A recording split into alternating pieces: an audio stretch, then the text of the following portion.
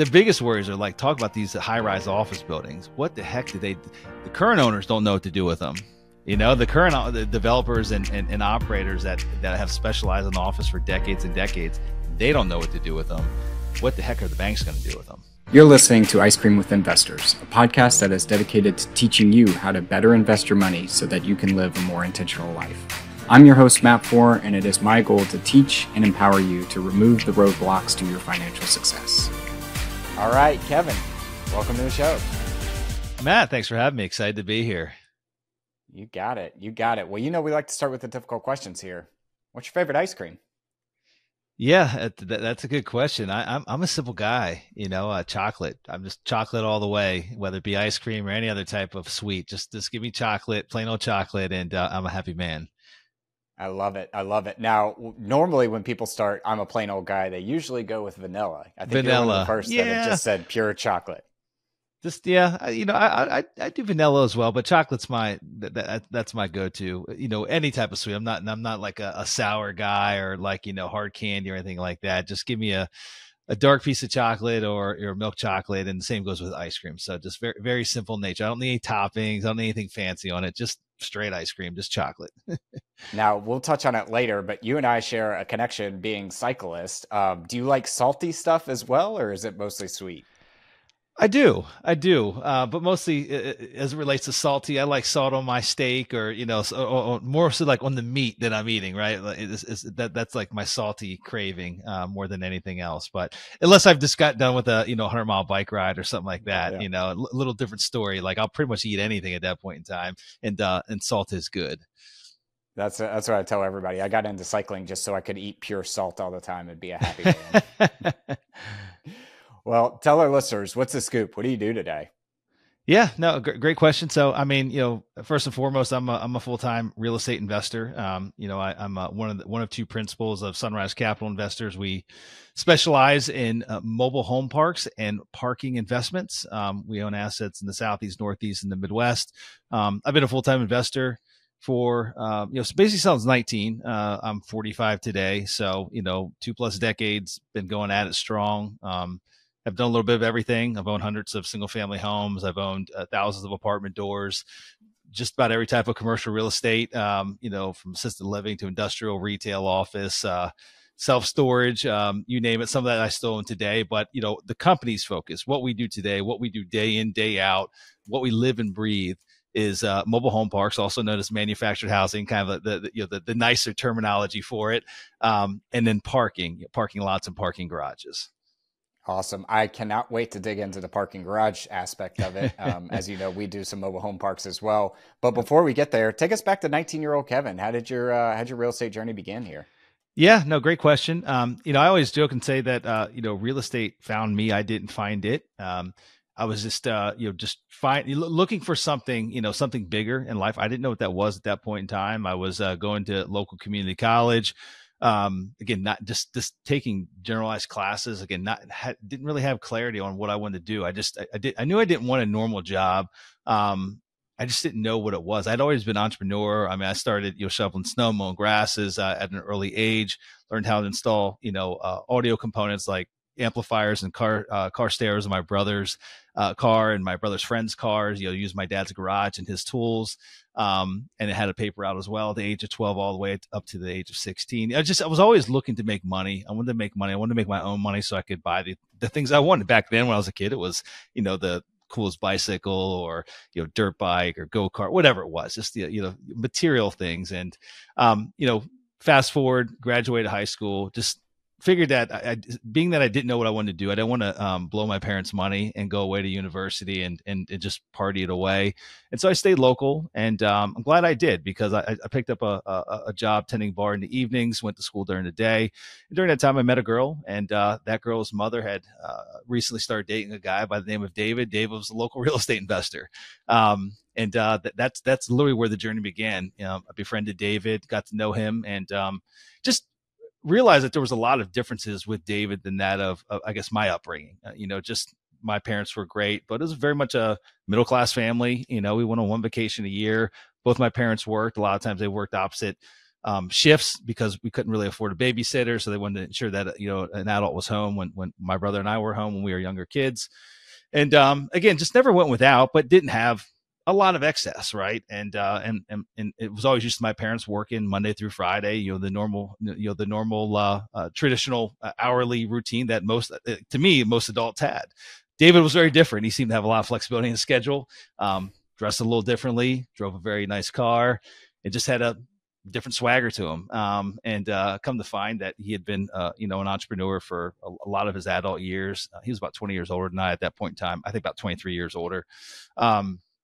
And I just, again, became friends with him. And within a few months, he invited me to a conference down in Philadelphia. I had no idea. I didn't really understand what he did. I knew he owned real estate and people rented from him. That was about it. I'd never read a book on real estate investing. I asked him probably what were seemingly dumb questions about what he did, trying to understand his business. But I really didn't get the full breadth of it until I joined him at this local real estate conference. And that was the start of it. I mean, that's where it all kicked off. Came back and basically offered to work for him for free in between tending bar in the evenings and going to classes there today. And basically did that for 14 months. And I became anything and everything he needed me to be, right? He was a solopreneur guy, and he kind of ran his own business. He didn't really have an assistant. He had contractors he worked with on a regular basis. He had, agents that helped him find new properties. He'd put out his own marketing though and things like that. So I helped him go to Home Depot, go pick up coffee, drop off leases, pick up leases, whatever he needed. And I spent time with him in his home office or out on the road. And I did that for 14 months, just to be around it, to understand how he talked to people, how he talked to brokers, how he talked to prospects that were looking to rent houses from him, how he dealt with contractors, how he, ran basic budgets on renovations or, make readies of units, and it just, everything and anything had to do with his day-to-day operations of his business. And like I said, did that for 14 months and then took up the $7,000 I had saved from bartending and bought my first investment property. So that was, and I bought that at 20. So I was started in the business at 19, didn't buy that first investment to the age of 20. And that's where it all kicked off. So it sounds like you lived the true life of Rich Dad, Poor Dad. Almost. Pretty much. Yeah, absolutely. Yeah, absolutely. David was my rich dad. Again, just a night and day difference from how he thought about money, just how he ran his day-to-day life, how he looked at investments. I mean, my parents had their 401k, right, through their employer, but didn't have any outside investments, didn't really, whatever the market was doing is what their investments were doing, right? They were just kind of riding that roller coaster. Yeah, absolutely. Rich dad, poor dad, very much so. So as somebody with 2 young kids, this is something that I want to institute in them, is kind of the value of real estate, what we do and how to be entrepreneur. Mm-hmm. And if they want to go down that path, that's great. If they want to work for somebody else that pays them, that's also great. But I do want to make sure they understand that there is a different option out there. What was it about David that connected with you as a young 19-year-old? Is it the fact that you were already kind of entrepreneurial, money driven, or the fact that you were dating his daughter, or did he just have a good way of phrasing something? Yeah, he was just a friendly guy. He was friendly and he was just easy to talk to. That's actually, it's an interesting question because I don't know the answer to it. I mean, he was just, here's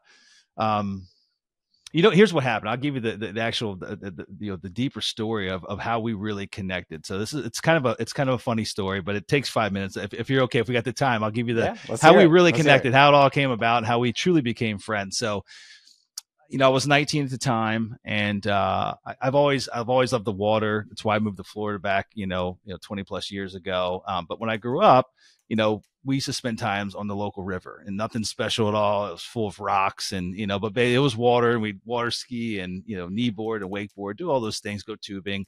And when I was 18, I'd saved enough money. I said, I'm going to go buy a boat. My parents had a boat for like two years, realized we couldn't afford it. And then I'd always missed that. And so when I was 18, decided I was going to go buy a boat and then keep it down at the marina where my parents had kept it growing up.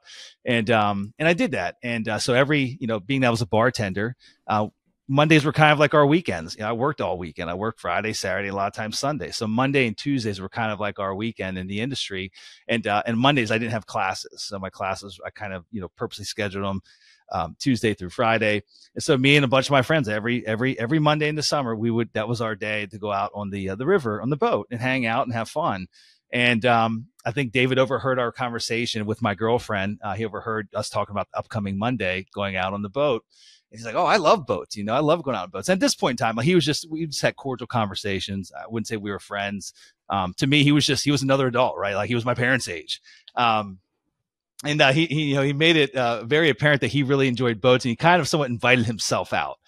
And my girlfriend got wind of it, and she was like, "We don't want David coming out on the boat with us. That's going to be like kind of odd, like this weird old guy, right? Coming out and hanging out with us, 19 and 20-year-olds." And so long story short, all my other friends got wind that David was going to come, because he was a nice guy. I didn't say no. I said, "Sure, join us." Everyone else bailed on us. All the other friends bailed. They're like, "We're not going to come out. You go with David, go have fun." And I did. We went out and just hung out on the river for 4 or 5 hours. Just got to know each other, got to understand his background, how he got into business. It just became friends at that point in time.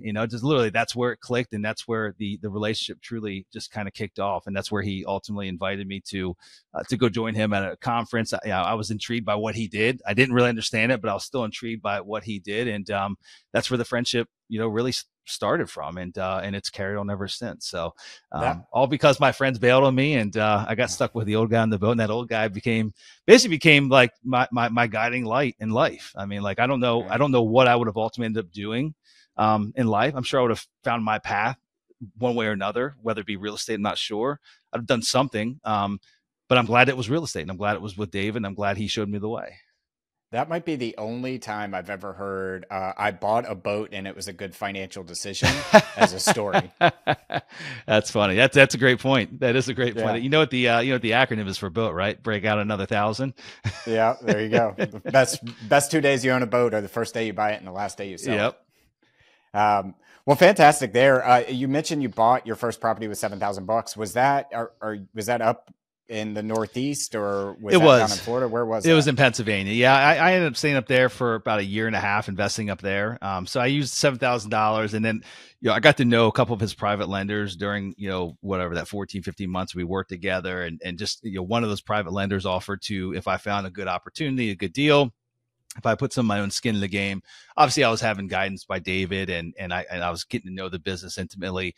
So he kind of stepped up and helped lend on that property, and lend some of the rehab costs as well, and helped me get that first deal done. So, but yeah, that was up in Pennsylvania. I ended up buying seven total properties in Pennsylvania during that 1.5 years. And then decided that Pennsylvania was never really for me. I enjoyed it. It's a beautiful state. I'm okay with cold. I'm okay with taking an airplane, going out west and going skiing, for a couple weeks out of the year. But I really enjoy sunshine. I enjoy a lot of sunshine. I enjoy humidity. A lot of people don't. I enjoy humidity, and I love the ocean. And Pennsylvania didn't have much of any of that. I decided that was the point in time I didn't have kids. I wasn't married. I wasn't really tied down. And I also wanted to go to a larger city. I wanted to go to a place that was growing, that had population growth happening, that had major employers. And where I grew up in Pennsylvania, it didn't have any of that. You had to go 2 hours away to get to a Philadelphia, or 4 hours to Pittsburgh to get to a seemingly large metropolitan area. So I took off my shoes and I'm doing some math here. If you moved down to Florida in 20 years ago, that was 2004. So I'm 2002 is 2002 okay. Is when I actually moved down. July of 2002 is when I moved down. Got it. So I'm doing some quick math here in history lessons. I bet you had a good couple of years there, and then had to go through some difficult times and some choppy times in the real estate market. What was that like? Share your experience. No, that's you are absolutely right. I got down here. It took me, about probably 9 or 10 months to really hit the ground running. There was a major network down here already of real estate investors. Come to find out, a lot of the original gurus were kind of based out of like South Florida, Tampa, Miami, and so there was just there was multiple meetups on any weekly basis, real estate meetups, and so I was able to kind of network and plug in and hit the ground running pretty quickly. But yeah, to your point, I ended up building a fairly significant portfolio of single family properties in my early 20s, being down here, like literally within about 5 years, built up a portfolio of 124 single family homes and a few hundred smaller multifamily properties, mostly like 8-unit properties, 12-unit properties, things like that. And then, 2008 hit, and it was a slog. I mean, it was it was surely the most challenging thing I had ever gone through. And even to this date, the most challenging thing I'd ever gone through. And, the most difficult thing about it was that when it came so fast and so violent that, we started trying to fire sell things, and we had a low basis in a lot of our stuff. I mean, we had a very low LTV across the board, on our portfolio, but the values dropped so dramatically fast down here in Florida that it was like catching a falling knife. There was no way. And the buying just stopped, transactions stopped. Folks were moving out of Florida at that point because a lot of the jobs were based upon construction.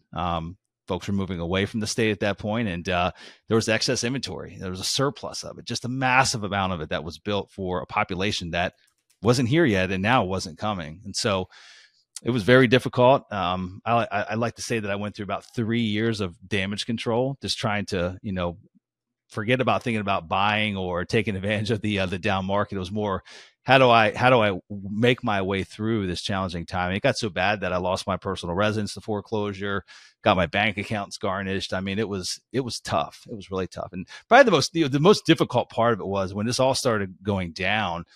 There really weren't, banks didn't have loss mitigation departments. They didn't have a plan in place to actually, to put forth loan modifications and things like that.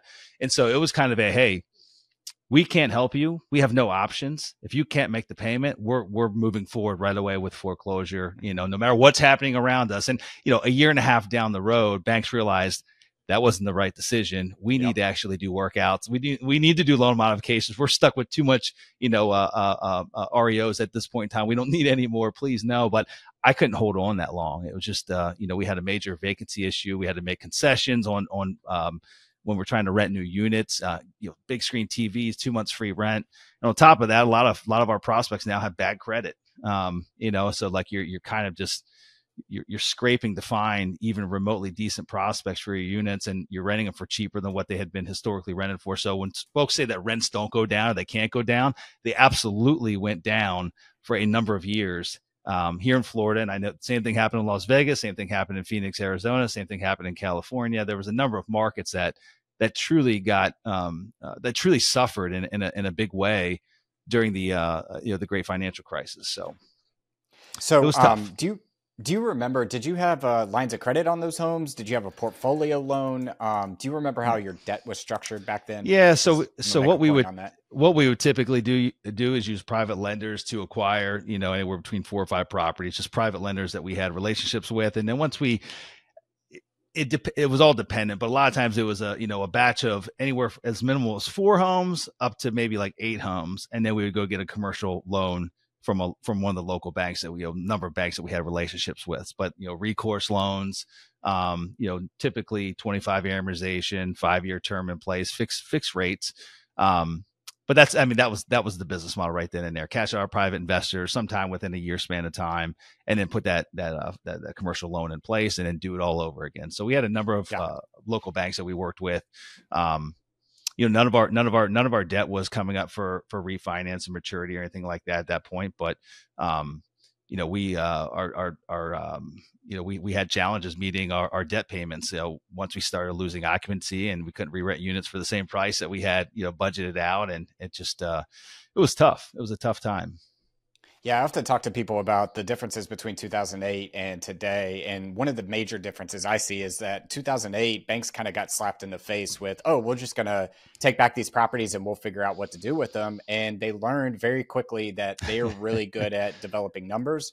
They're not really good at managing properties. That's and right. So what I am seeing right now, at least in the commercial space, is a lot of banks being willing to loan mod their existing borrowers rather than foreclose on the property, because they know they're going to have to go find a way to dispose that or manage that asset after they get it. So that's right. I'd love to hear your opinion on what you see different from those times versus now. Absolutely. I wholeheartedly agree. I mean, I think a lot of banks really lost their shirts because they didn't have a plan B in place, and they weren't willing to work with borrowers. And today it's a very different story. So, however, I do think we might get to the point to where banks, they'll get to the point where they can't work with every borrower, right? Like otherwise there would be a certain point in time where they can't lend new money out, right? Like they'll find themselves in hot water. And so again, at some point that hits the fan as well. And there has to be a plan C, I guess, for the bank. But I agree. No, it's absolutely right now, as you see it, as I see it, as there's a lot of, there's some distressful situations in the multifamily space. There's a number of, not just multifamily, but there's, even the office sector. There's lots of challenged loans out there, and banks are definitely, they have been incredibly flexible over the last couple of years, and probably will continue to be, because again, they don't want those assets back, especially, multifamily is that's probably the least of their worries. The biggest worries are like, talk about these high-rise office buildings. What the heck the current owners don't know what to do with them. Right. The current the developers and operators that have specialized in office for decades and decades, they don't know what to do with them. What the heck are the banks going to do with them? So, yeah, I did want to put a big asterisk on what I just said there too, is the conversations I'm having is just communicate with us, right? Like, yes, we're willing to wipe off the covenants on your loan and not come in and enforce those covenants, as long as you're communicative with us about your plan, your cash flow situation, and you're paying. If you come to us and you're like, hey, I've already done a capital call, 30 days away from a payment, and I've got no operating reserves to pay you, that's a different situation. But if you come and say, hey, we're running cash flow neutral on this property, and we're going to need some help on wiping off this 1.25 DSCR or something like that, then they're more open to having those conversations. Yeah, I agree.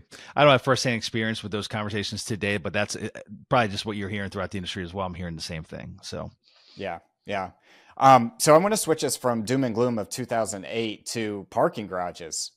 You are one of the only people I've ever known that has invested in this space. So tell us, how did you get involved in this space? What do you like about this space? Yeah, and that's one of the things I thought about as well. When we looked at the space, I met a guy that owned some parking. I'm like, gosh, you're the only guy that I've ever talked to that actually owns parking. Obviously, somebody owns it, right? Like we know that. Well, you got municipalities own a lot of parking. Some municipalities own all the parking in their respective city. Some of it's kind of a hybrid where it's private and municipality owned. In some instances, municipality, they're not in the parking business at all. It's all privately owned parking, right? And so, but we know somebody owns it, and there's a lot of it out there. But it's one of those asset classes I had never considered until I had an interview on my show many years ago. Now I don't know how long ago it was, probably 7 years ago now, 6-7 years ago. And I interviewed a guy. He was actually a broker, but he was an operator as well. And he was one of a handful of, actually, I only know 3 at this point in time, brokers that specialize in transacting parking assets. And he was one of basically 3 that I know of. Maybe there's more that specialize in that niche. That was his forte. That's what he was known for. And he also owned parking as well. So he understood the investment side and the operational side of the business. And I love interviewing folks on my show, especially when it's like unique niches like that. And it was a fun conversation. It was one of those conversations where I asked every question I had the desire to ask about it. And when we wrapped it up, I'm like, I still have a lot more questions, and I'm intrigued, and I couldn't stop thinking about it. And so we had a call like the next day just to like dive a little deeper, understand the business, understand the opportunity if there was one.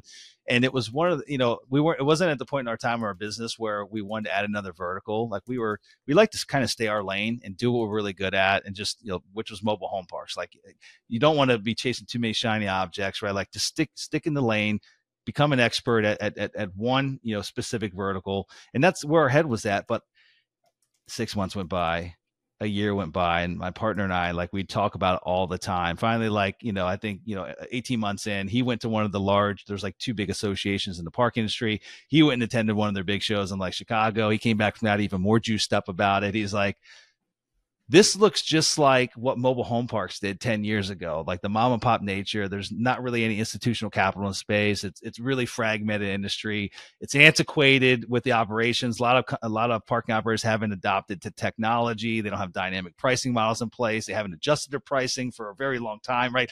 All those, attractive elements that really attract us to mobile home parks many years back kind of existed in the parking space. So like we just couldn't keep it off our minds. And finally, back in 2020 is when we actually first bought that first property. So it took about 3 years. We looked at a lot, underwrote a lot of opportunities, got to understand the industry, studied it, went to all the association meetings, met other operators, met other management companies, and just trying to get a handle on the just the sector and the opportunity, and how to decipher a good opportunity from a bad opportunity, and this, that, and the other. And so that was it. Again, it took us 3 years of studying it. Bought that first one during COVID in 2020.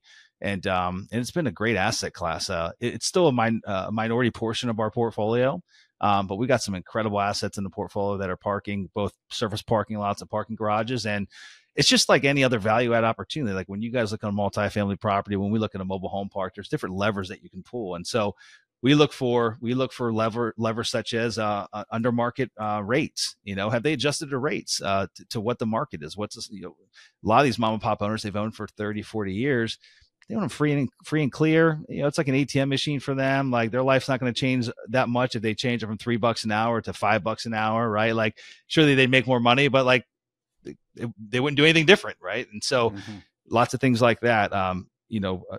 Lots of parking assets didn't have updated technology in place to where they could adjust pricing based on demand, supply demand times. So if special events, sporting events, music events, things of that nature, you want to adjust the rates up significantly, especially if you're like near one of those venues. And then during slow times, you want to be able to adjust it down so that you can attract more traffic in, right? And so there's a bunch of different levers that can be pulled in that space. And due to the fragmented nature and the mom and pop nature, they haven't done it. And again, we look at a lot of parking assets to find ones that really work for us. For us, it's got to check 5 boxes, or it's got to have more specifically, it's got to have 5 unique demand drivers. The challenge with parking and why most deals just don't fit our buy box is a lot of parking was specifically and purposely built, especially parking garages, to support office tenants, right? And I have no interest in office. I think, I hope I'm wrong, but I think where office has made it back to at this point in time, I don't know if it gets much better. If it's at 40% occupancy or 60%, I don't think one can expect that it's going to get back up to pre-pandemic levels. I just don't. I just think that ship has sailed a little bit. And so for us, the 5 unique demand drivers, office can make up one of those 5, but it can't be any more than 10% of the overall demand, which eliminates a lot of parking right out the gate. So the other demand drivers would be, sporting arenas, whether it be a soccer stadium, a football stadium, a baseball stadium, a government. So like courthouses. Courthouses are great. Typically, they're not going out of business anytime soon. Other types of government buildings as well, not just courthouses. Nightlife. Are there restaurants? Is there daytime traffic, but also nighttime traffic there? And then the last one is actual that daytime traffic. That there's people coming and going during the day. There's transient traffic that's coming and going for, again, local restaurants, shops. It could be, could be retail, things of that nature. But the office piece, the most important piece of that is the office has got to be the minority of the stack, and it's got to be very minority. So that way, if that actually does finally go away or gets repurposed into something else that might not be a demand driver for the parking, we're still good. And then lastly, it's got to make sense as parking today. Like we have to be able to underwrite it and know that it makes economic sense as parking as it sits today. But more important than that is that it's on a piece of land in a location that we feel is irreplaceable, that will, whenever that time comes, whether it be 10 years, 20 years, 30 years, it will have a higher and better use.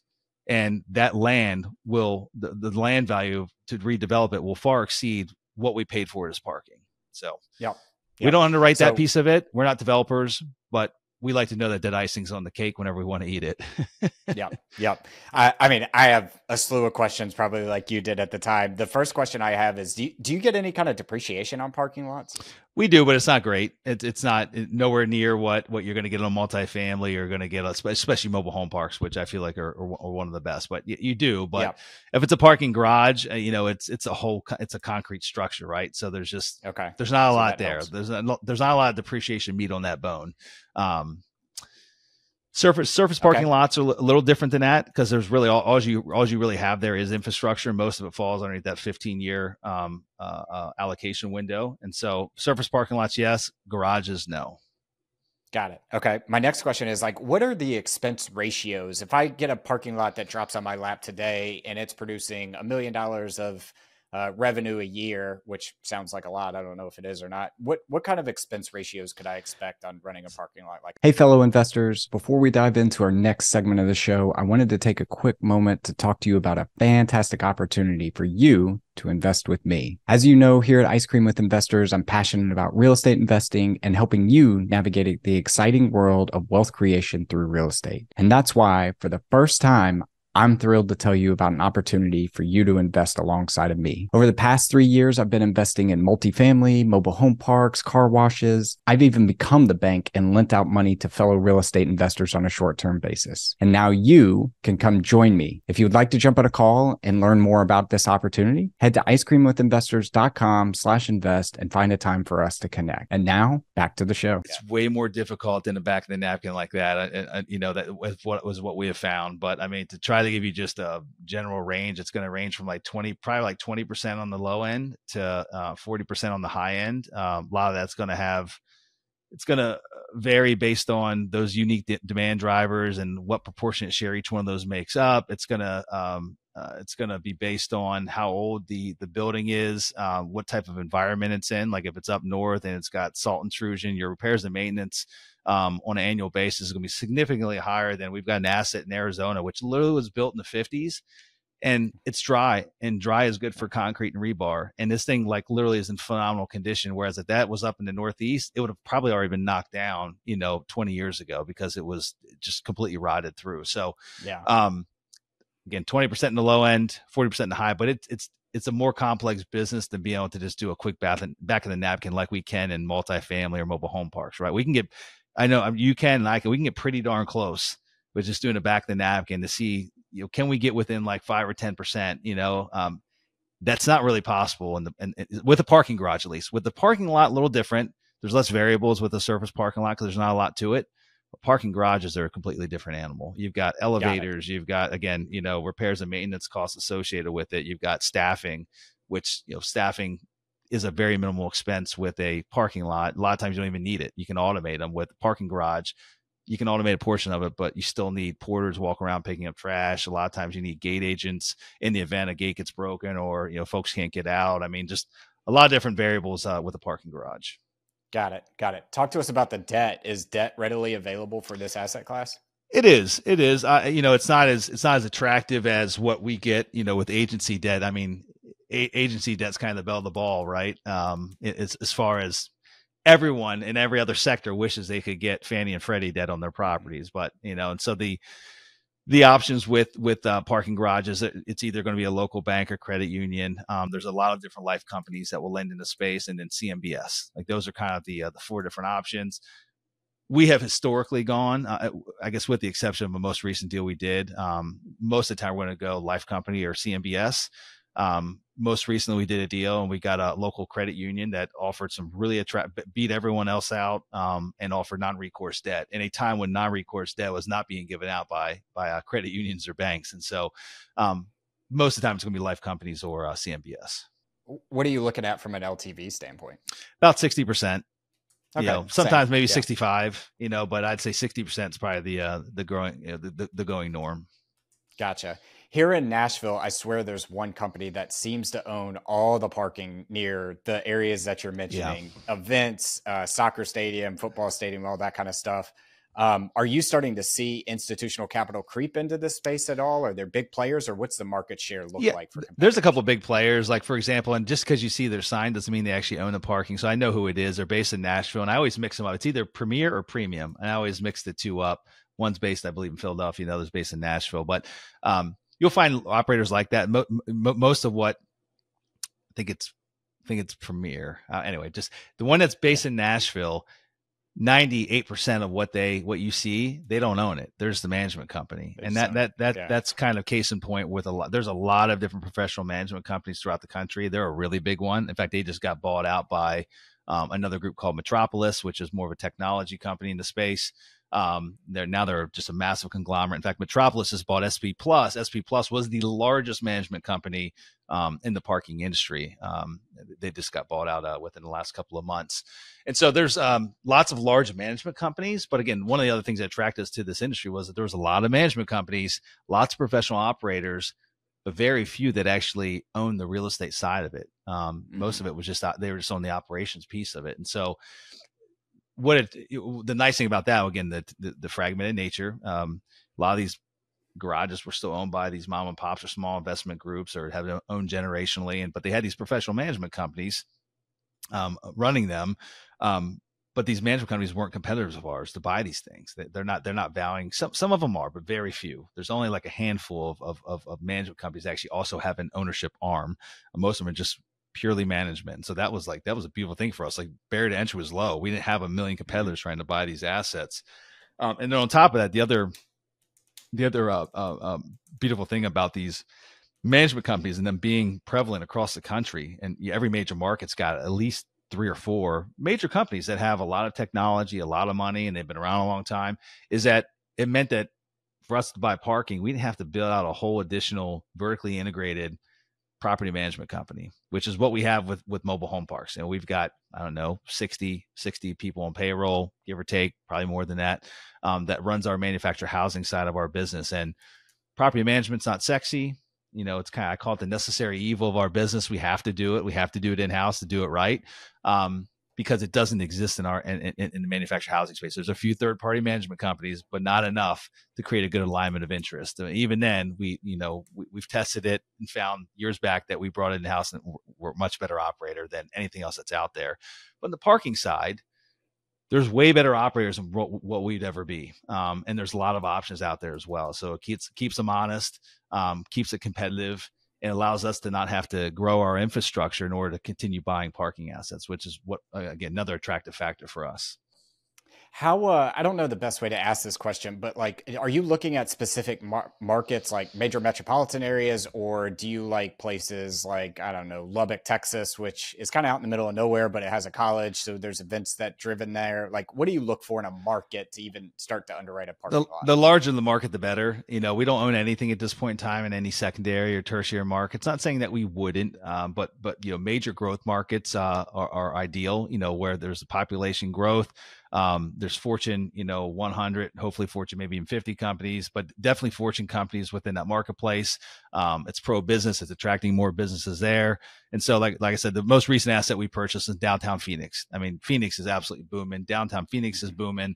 That's I want it to be irreplaceable real estate. Like I said, we're not going to underwrite the future of it, but I need to have a really good hunch and feel very confident that there's going to be a higher and better use down the road. And the challenge with like secondary, tertiary markets, like that becomes, less and less of a certainty that there's going to be a much higher value down the road with a parking asset. So everything we own is currently in a primary market. Higher the population, the better. I don't think we have anything in any markets that has a population of less than, I don't know, probably 2 million people. Oh, wow. So the bigger, the better. Yeah, the bigger, the better. Last question is that you had a broker on your show that kind of introduced you to this space. How are you finding your deal flow today? Is it all through brokers? Do you do any direct to market? What does that look like?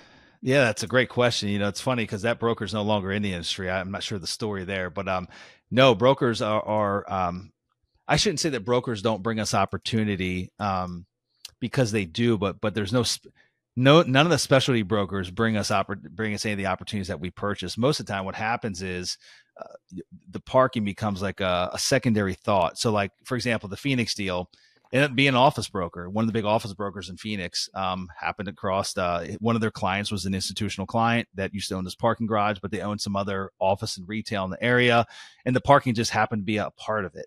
And so this office broker got that listing. They don't understand parking all that well. They understand the office, understand retail. And that's typically how we get these things.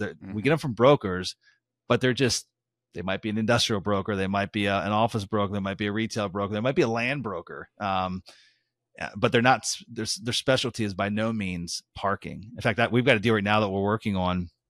I'm not going to name the market because it's still, we're not even under LOI, but it's he's an office broker, and this is just the parking. The current investment group that owns this deal, it's a hotel. It's a really huge office with a number of it's got like a Wells Fargo that takes up like 6 floors and a couple of big companies in it.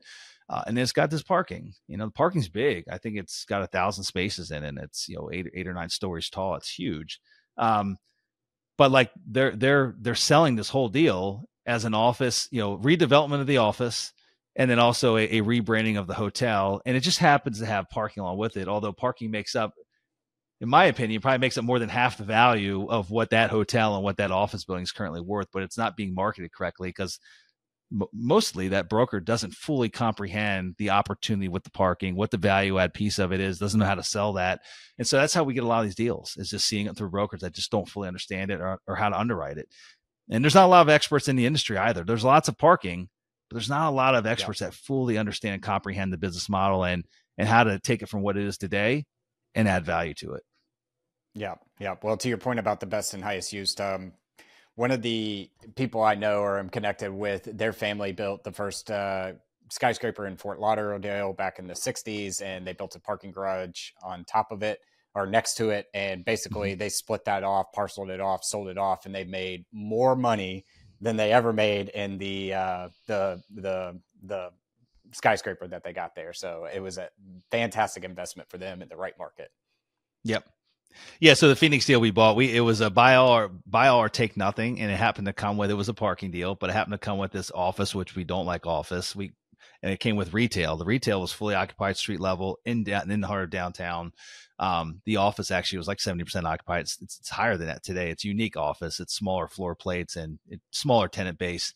But we didn't want the office. We got the office practically for free, and got the retail for an extreme discount. And really, it was a focused parking deal. But the cool thing about owning those three components is the parking garage is a standalone parcel, the retail is a standalone parcel, and then so is the office. And we literally own half of a city block in downtown Phoenix because of those three. And so when the time comes for a redevelopment opportunity, it's not just going to be the garage. We literally have, it's over half an acre in downtown. It's actually 3/4 of an acre in downtown Phoenix in a premier location. So, yeah, no, it is a beautiful thing. So, and I think there's a lot of, now that people are really scared of office, I have no interest in office. I'm not going to go searching for office, but if you can get something to where the parking drives the deal and you can make economic sense of we didn't even underwrite the office. We're like, hey, if this thing, actually just breaks even, we're good. And it was a, net positive in a big way. This deal still makes sense. And that's kind of how we looked at it. And I think there's other opportunities out there like that because of where office is. You might be able to get a parking deal, get the office for next to no basis. Someone will peel that office off. Someone will buy it. If you buy it low enough, someone will buy it if you sell it at a low enough price. So there's people out there buying office right now. I mean, they see an opportunity in it. They see, value creation. Peel it off and then be stuck with the parking, which is the best part of it. Yep. Yeah. Well, Kevin, I want to be cognizant of your time and switch us to our last round. We're calling this the 4 toppings. Our first one is, what is your favorite book, or what is a book you've read recently that's given you a paradigm shift? Yeah, that's a great question. It's a book I've actually reread a couple times, and it's a pretty simple, short book. It's called The Go-Giver. About living a philanthropic life and just giving back. I mean, it's a simple read, but very impactful and powerful book. Yeah, recommended several times, so definitely go check it out. Our second one is, what is the best piece of advice you've ever received? I'd say I'll gear this towards real estate, and I don't know if I've followed this advice to a T. However, I try to is don't sell. Don't sell. Every older investor I've spoken to, folks that are in their 70s and 80s, and you have to sell sometimes. You just do, and we have, and we've had great exits, and everyone's been happy. But looking back, it's like, okay, did that exit that was impactful, but would it has been as impactful if we'd held on for another 20 years? So yeah, don't sell. Here's a better piece of advice. If you do sell, don't go back and relook at the comps today because it'll make you sick. Yeah. Yep. Our third one is, what are you most proud of in your life? That's a great question. I've got an awesome family. I'll leave that. Just my boys. I've got a 7 and 10-year-old. Just great kids. I'm not sure exactly what footsteps will follow as they get older, whether they'll get into real estate or not. But just super proud of who they are as human beings. Proud of my wife. Just proud of what we've built as an organization as well. We've got an awesome team at Sunrise. It's myself and another partner, but surely we would not have been able to do what we've done over the last couple of years or since the inception of the company without some incredible team behind us. And a lot of our team has been with us for many, many years. And so just incredibly grateful for the folks that are on the team and that have helped us, get to where we're at today. Yeah. Maybe those kids will buy a boat and take you out on it one day. There you go. Our fourth and final one is, if you could sit down and eat a bowl of ice cream with anyone, dead or alive, who would it be and why? Warren Buffett. Warren Buffett. I mean, we live and breathe his investment philosophy, and he's just an absolute brilliant human being. And I think it would be just a very intriguing conversation, to say the least. Shockingly, I think you might be one of the only people that's ever said him on the show. We've Really? had Charlie Munger before. We've had a lot of different unique people, but Yeah. Warren Buffett is one that I would expect a lot more, that I don't think I've heard in a while. Yeah. Sam Zell would be a fun one too, just because he's he's RIP, but he's rough and gruff, and but gosh, just his whole life story is incredibly impressive, and what he was able to build, and just saw many steps ahead of his competitors, and just normal dude, wore jeans to the office every day, just a simple man, but seemingly complex as well, and it would have been a great conversation. He knew the mobile home park industry before you did. He did, absolutely. Yeah, he sure did. Kevin, fantastic conversation. Appreciate you coming on. If our listeners wanted to reach out to you, learn more about Sunrise, or even listen to your real estate investing for cash flow that you got behind you there, where are the best places we can point them? Yeah, so to learn more about Sunrise and what we have going on there, we've got a lot of information on our website. We've got even case studies of deals that we currently own today. We put up appraisals. We put up a lot of cool resources so you can learn about our business model, and kind of how we take something from what it was when we bought it to turn it into something much more valuable down the road. Investwithsunrise.com is where you can learn more about that and any current opportunities that we have. And then as far as the podcast and me personally, you can go to kevinbupp.com. I host my podcast there, and you can also learn a little more about me on a personal note, and also reach out to me through either one of those websites. Awesome. Well, we will link all those in the show notes. And then Kevin, thanks for coming on. All right. Matt, thanks for having me. You did a great job. So keep on doing what you're doing. You put out great content. And so thank you for all you do. Appreciate it. Thank you for listening to Ice Cream with Investors. If you like what we serve you here, it would mean the world to me if you would like, subscribe, and leave a review on your favorite podcast app.